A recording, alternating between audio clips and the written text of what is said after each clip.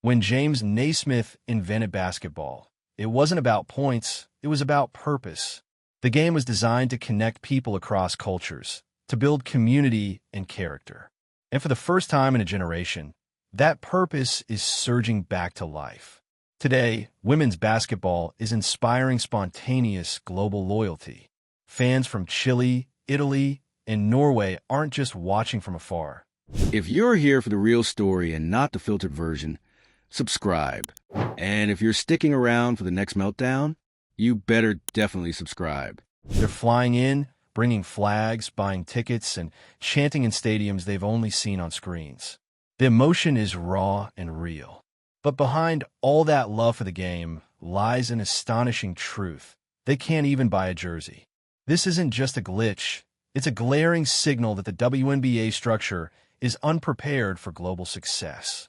While fans drive unprecedented organic growth through social media and personal investment, the league has failed to offer even the basics: merchandise, consistent streaming, or a roadmap for international access.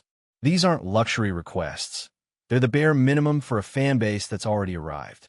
If this explosive rise is to mean anything lasting, it can't be met with silence and delay. The sport's global moment has come, and it's waiting for someone to catch up.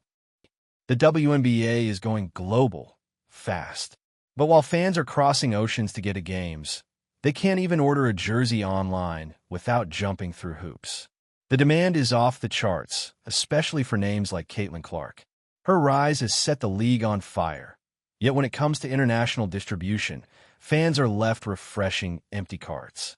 People in Singapore, Italy, Slovenia, they're begging for authentic merch and getting radio silence in return. The irony? The league finally has what it's always wanted: a massive international fan base. And now that it's here, it seems completely unprepared. Caitlin Clark's Indiana Fever jersey is arguably the hottest item in women's sports right now. But try shipping one to Chile or to Norway. Good luck.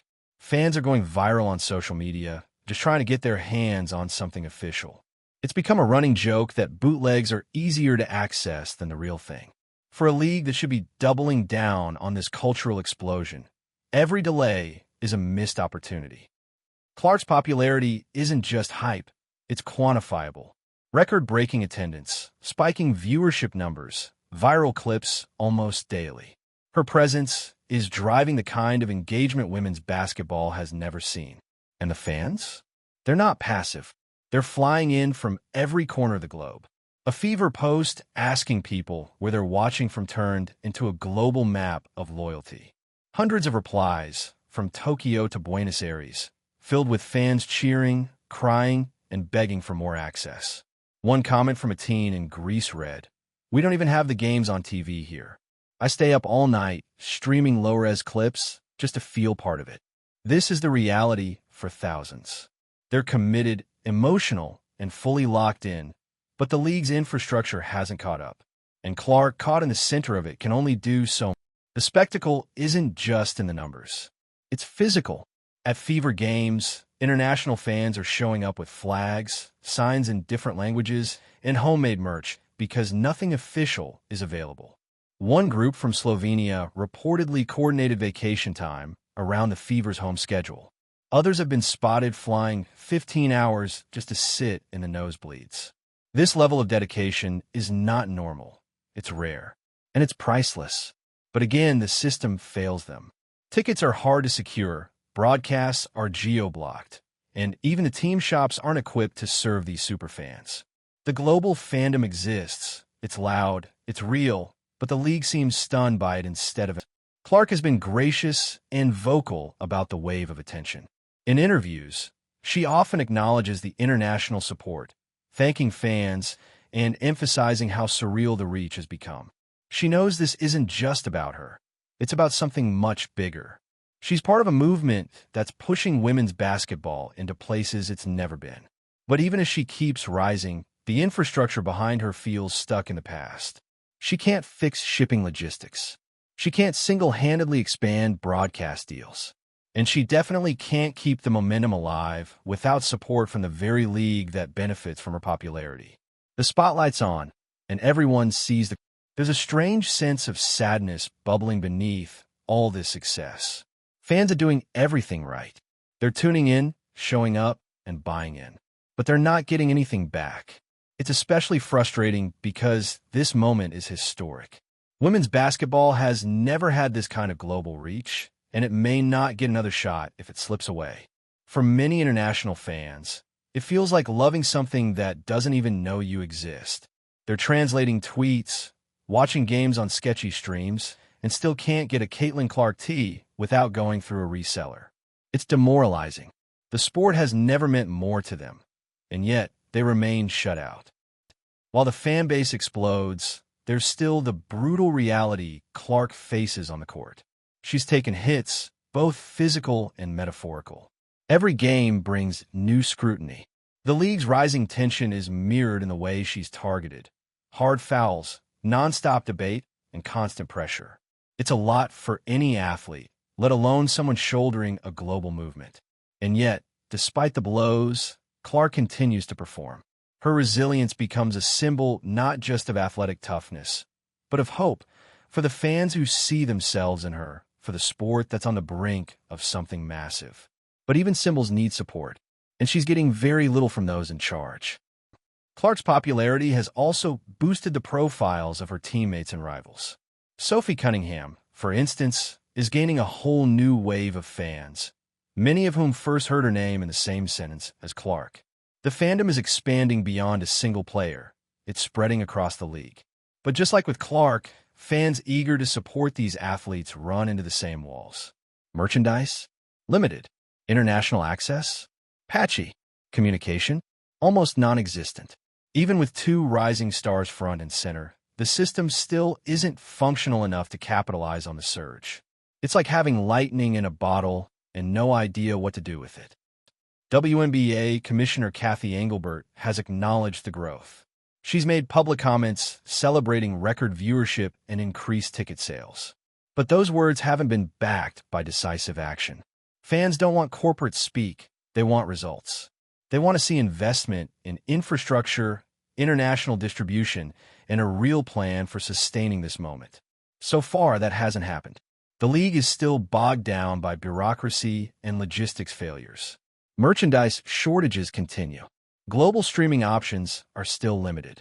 And most fans are left wondering, if not now. At press conferences, Clark is often asked about the league's growth and her role in it.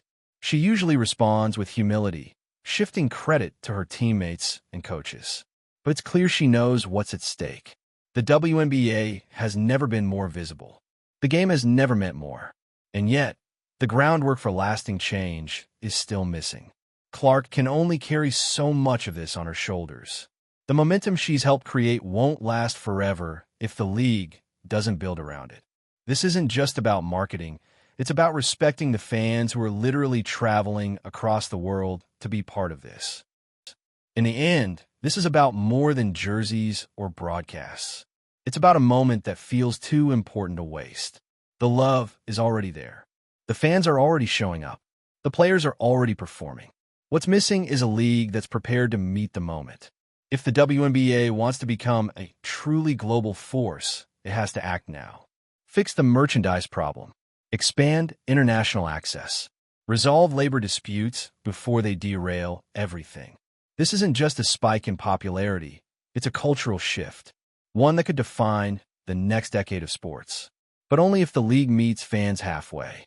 If you're one of the millions watching from around the world, whether you're in Madrid, Manila, or Milwaukee, drop a comment, hit that subscribe button, and tell us where you're cheering from. Let the league know you're here, you're loud, and you're not going. When Diana Taurasi threw that now infamous jab about Caitlin Clark needing to prepare for reality, it wasn't just a soundbite. It became a symbol of the generational shift underway. Taurasi, a legend in her own right, represented the old guard. Clark, the next wave. The moment ignited debates online, but the bigger takeaway was what it revealed. The sport is evolving fast, and people are paying attention. But for international fans tuning in, the real shock wasn't the quote. It was the realization that they couldn't watch the game that followed. Streams were down, coverage was limited, and most were left catching highlights hours later, piecing together history from low-res Instagram clips. The league has stars. The league has drama. What it doesn't have is this disconnect is even more frustrating when you consider the visuals fans are desperate for. Game photos, behind-the-scenes moments, player interactions, these things matter. They're how fans connect when they can't be in the arena. Yet, even these are inconsistent. Some matches are flooded with media. Others barely have any usable content circulating. The demand is there, but the supply chain, from media to fans, is broken. Social media is doing the heavy lifting. Fan accounts are filling the gaps with screenshots and reposts, essentially becoming unofficial marketing arms of the league. But they can't fix what's missing: an organized, consistent infrastructure to serve global audiences. Right now, fans are doing the league's job better than the league. Even outside basketball, Clark's influence stretches far. Her appearance at LPGA events brought an entirely different demographic into the fold. Golf fans, sports media, even casual viewers who had never watched a women's basketball game before. Suddenly, Clark wasn't just an athlete. She was a pop culture force. And yet, the WNBA didn't capitalize on that crossover. No coordinated marketing. No cross-sport merch drop. Not even a proper highlight reel tying it all together. Clark's star power opened a door, and the league didn't walk through it. Opportunities like this don't come around often. Missing them is more than a fumble. It's the comparison between Caitlin Clark and Sue Bird is inevitable. Both are point guards, both have command over a game, and both have legacies tied to moments bigger than basketball. Bird helped build the house. Clark is throwing a global party in it. And fans want to be there. They just can't find the address. In interviews, Bird has been supportive, calling Clark's rise a watershed moment. She's right. It is. But even watershed moments need pipelines. The infrastructure isn't just weak, it's non-existent in some places. Bird helped pave the way, but Clark's journey is revealing just how much more work there is to do. Every shot Clark takes is being watched by thousands in the arena and millions around the world. Her logo threes? They're trending before the ball even hits the net. These moments should be driving jersey sales, game streams, sponsorships. Instead, they're driving frustration when fans realize they can't watch live or buy in. The irony is almost painful. The product is excellent. The players are compelling. The content writes itself. But the business side isn't delivering. And that's not on Clark. That's not on the fans. That's on the people who are supposed to make sure this machine runs smoothly. And right now, Clark continues to do her part. She speaks thoughtfully in post-game interviews, thanks her fans, and tries to represent the sport with humility and pride. She knows the spotlight is temporary, and she's trying to use it wisely. But the weight is enormous, and there's only so long one player can carry an entire league's momentum. At some point, the responsibility has to shift back to leadership, to the league office, to the media networks, to the merch distributors. Clark has delivered. The fans have delivered. It's everyone else who needs to catch up.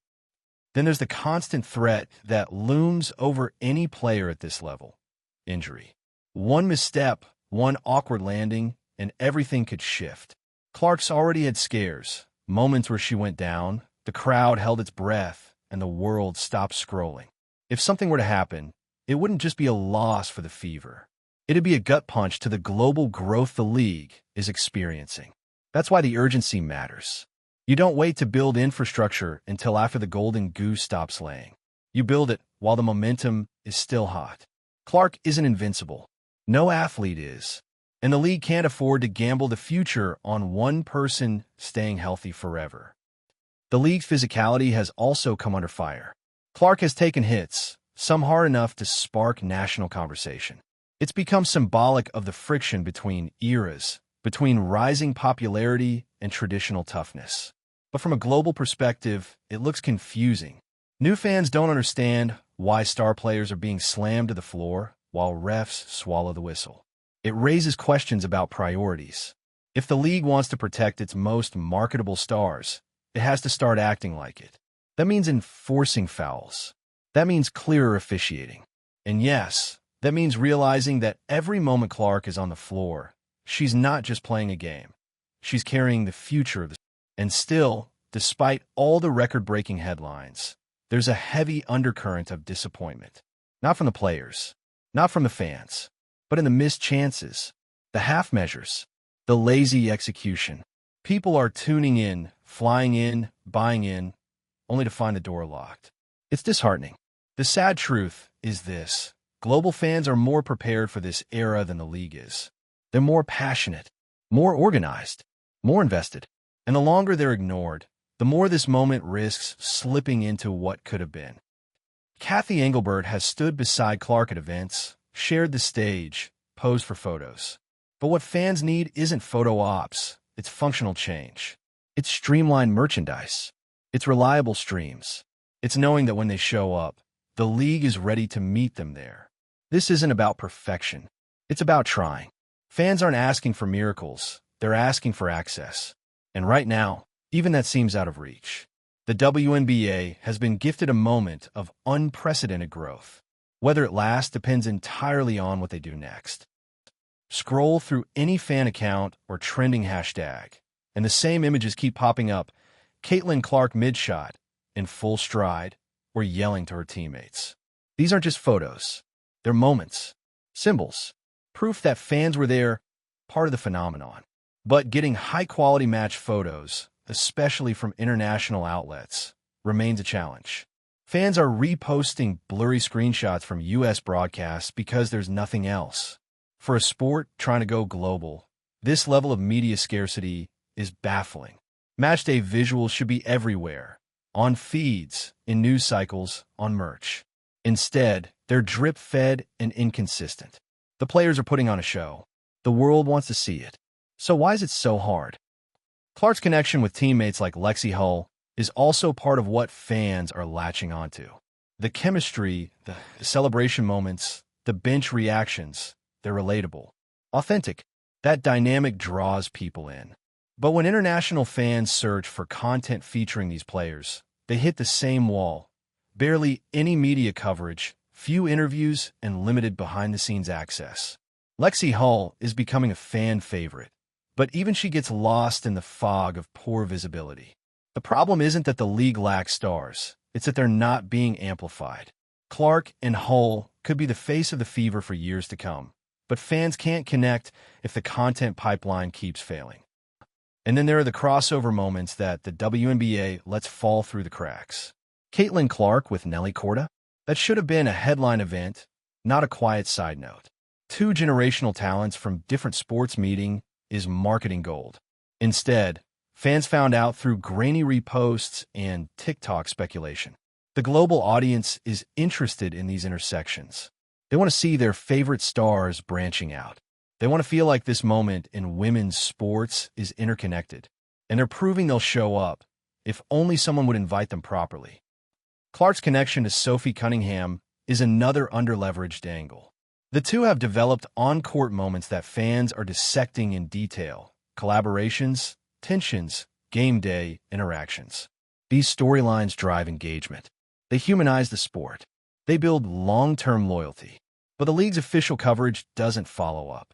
There's no narrative building, no featured interviews, no content thread for fans to follow. Instead, international viewers are stitching together clips from fan accounts just to stay in the loop.